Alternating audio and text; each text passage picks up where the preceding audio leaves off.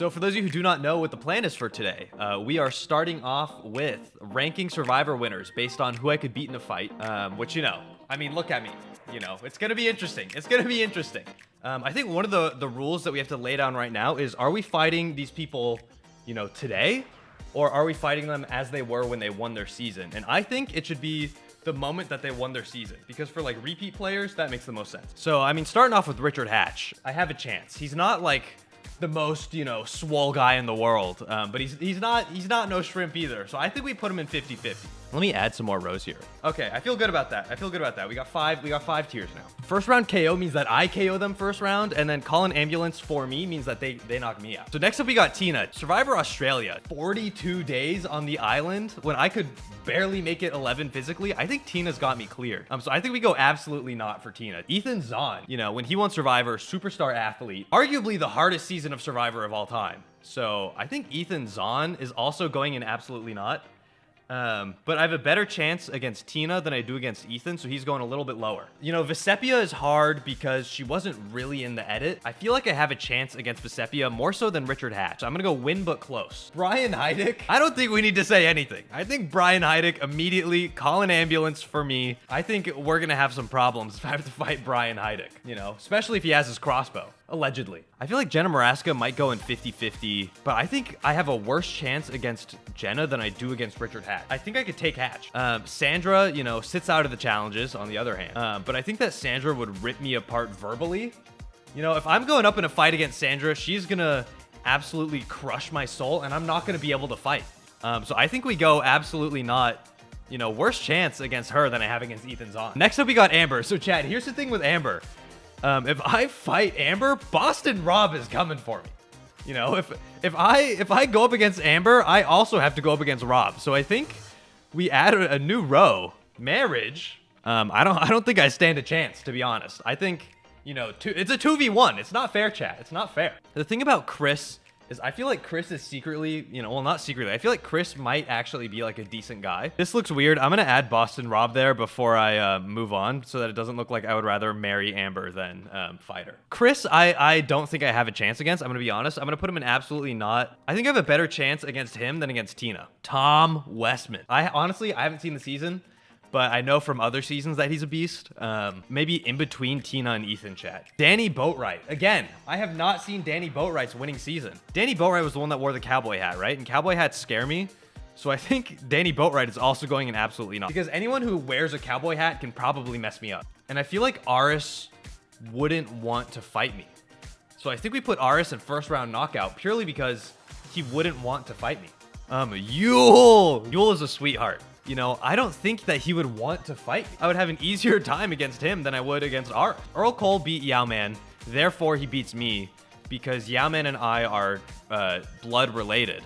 So I think he goes in absolutely not. Above Tina. Sandra drops down to call an ambulance for me. Todd Herzog, amazing winner. Got his Funko Pop business now. Todd, I could probably beat in a fight, to be honest. I think I have a better chance against Todd than against Vecepia. Parvati, again, call an ambulance for me. If looks could kill, Parvati's killing me. Bob Crowley is an old man. I haven't seen his season. I think I could probably take him. I think he's the easiest out of the first round knockout. JT, if we're going based on token chains, you know, absolutely not. But JT, if we're going based off of game changers, I think I clear JT from game changers. But if Natalie White can beat Russell Hantz, then she can probably also beat me. So I think Natalie White goes and call an ambulance for me. Sandra round 2, I feel like is harder to beat in a fight than Sandra round 1.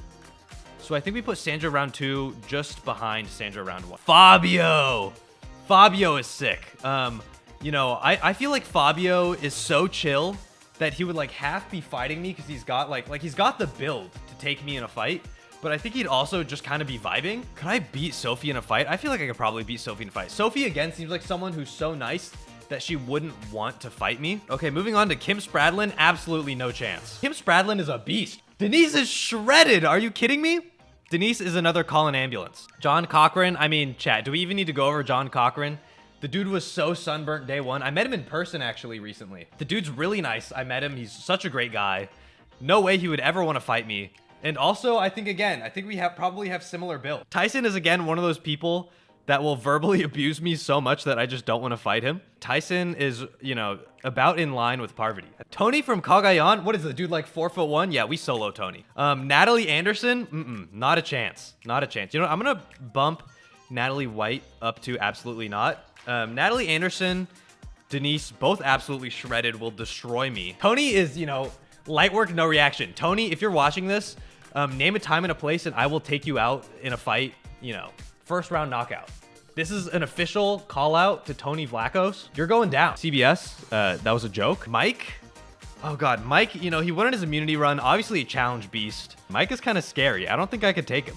I think he goes in absolutely not. Okay, Jeremy. Jeremy is one of my all-time favorite winners. I think I wouldn't want to fight Jeremy. Call me delusional. I think I could maybe take him. So I'm putting him in 50-50. Next up, we got Michelle from The Challenge. I didn't know that she played Survivor. That's weird. Does Michelle go at the top of absolutely not? I think Michelle goes at the top of absolutely not. I'm not gonna lie, I think Jeremy does too. Adam Klein. Adam Klein is a close one. I think, you know, he's a very nice, very emotional guy, but I don't know if he's the most physical guy out there. I think I'm taller than him. I think I'm not that it's a competition, but I think he goes in 50-50. Sarah Lucina terrifies me, and I think that she would kill me. So we're putting her in call an ambulance for me. All right, Ben, again, Ben kind of scares me. I mean, we saw him tap out in Winners at War. I think Ben is maybe the top of absolutely naughty. Wendell Holland, host of Bryson Wen, lots of other, you know, things in the community. Absolutely not, and I'm gonna move on from that. Nick Wilson.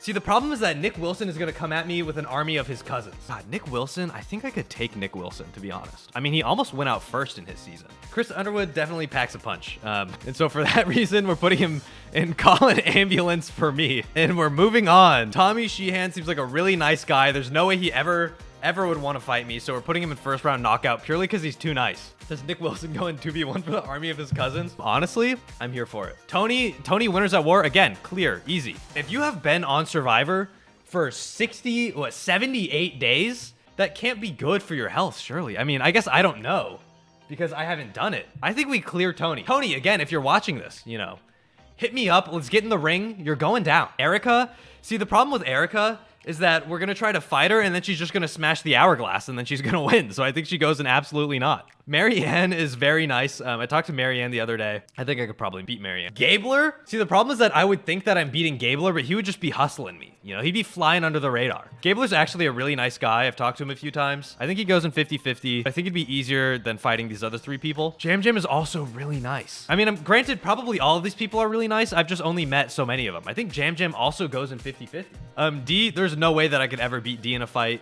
I think D is in like the same, you know, the same category down here. Call an ambulance for me. Here's our final board here of people that I think that I could take in a fight. 2v1 unfair. Obviously, Rob and Amber are a combo, and Nick and his cousin are a combo. Allegedly.